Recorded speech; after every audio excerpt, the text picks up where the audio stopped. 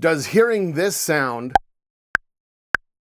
fill you with rage? Does it make your drummer throw a huge fit and leave the room? Well, some musicians seem to think that playing to a click track kills all the feel, but that's just not true. Let's start out with a quick history of the click track. They first started being used back in the 1940s as a way to sync music with film. Then in the 50s, they were used on television to do the same thing. Then clicks were used by engineers in Motown to help sync all the overdubs and all the different rhythm sections that were going on in their complex arrangements. Then, as the capability to overdub more tracks and add more tracks later on became more prevalent in the late 1960s, early 70s, and beyond, the click track was used as a way to kind of keep everyone and everything together. For example, in the 70s, you had progressive rock bands that would create these 20-minute epics, and often they would use click tracks to change tempos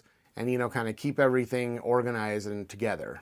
Then you had guys like Stevie Wonder who used a click track because he was playing all the instruments himself. So that's something I do as well. I mean, if you're going to play everything yourself, you kind of need someone or something to keep you together, right? Then in the late 70s, early 80s, when synthesizers came around, you had to use clocks and click tracks to keep all the arpeggiators, sequencers, and everything else in time. So yes, many of the classic albums that you would never imagine having a click track on did use a click track. It didn't ruin music and start in the late 1990s with Pro Tools like so many people think. Many years ago, I went to a masterclass in music school with a drummer, a well-known drummer, who said he loved playing with the click because it freed him up.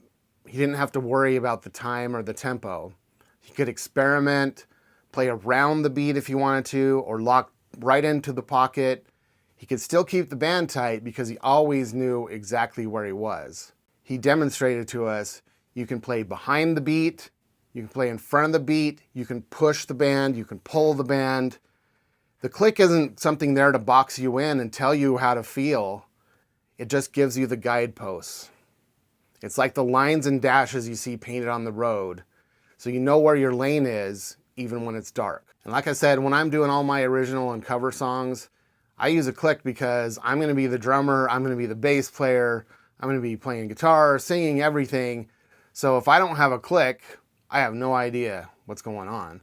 But at the same time, I don't strictly quantize everything right onto the grid either. You can be loose with it, but still have it there as your guide. And let's be honest, some drummers, they speed up and slow down so much that the final track is going to sound disjointed and just basically like crap if you don't use one. And even some very famous bands with very famous drummers have had to use session drummers in the studio because their drummer just was so up and down. But that's a topic for a whole different video. And me, I used to always practice my guitar to a metronome, like 6 or 7 hours a day. So if the drummer speeds up and slows down, I can really notice if the feel is starting to wane. And no, you don't have to use a click in this soulless and over-quantized 100% snap to the grid way where it loses all feel. And I think that's what people are really talking about. Really good players know when and where to put things on, ahead of, or behind the beat to accentuate certain things or convey a certain feel. With a click, you always know exactly where the beat is, so you can bend time to your will.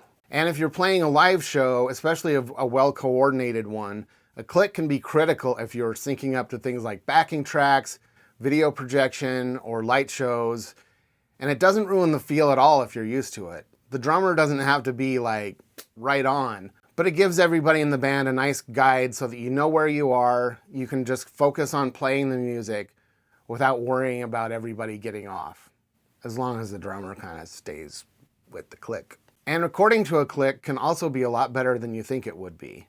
For example, if you want a speed up in the last chorus, you just program that in ahead of time. You can ramp it up slowly if you want. It doesn't have to be this flat, linear, constant thing. You can program it in there ahead of time. You can literally draw it in with a pencil if you want to. So there's no need to have this one tempo the entire song if you don't want to. Way back, Megadeth actually did this on Rust in Peace. They had all the tempos worked out ahead of time and they used a click so that each section would be exactly how they wanted it and envisioned it.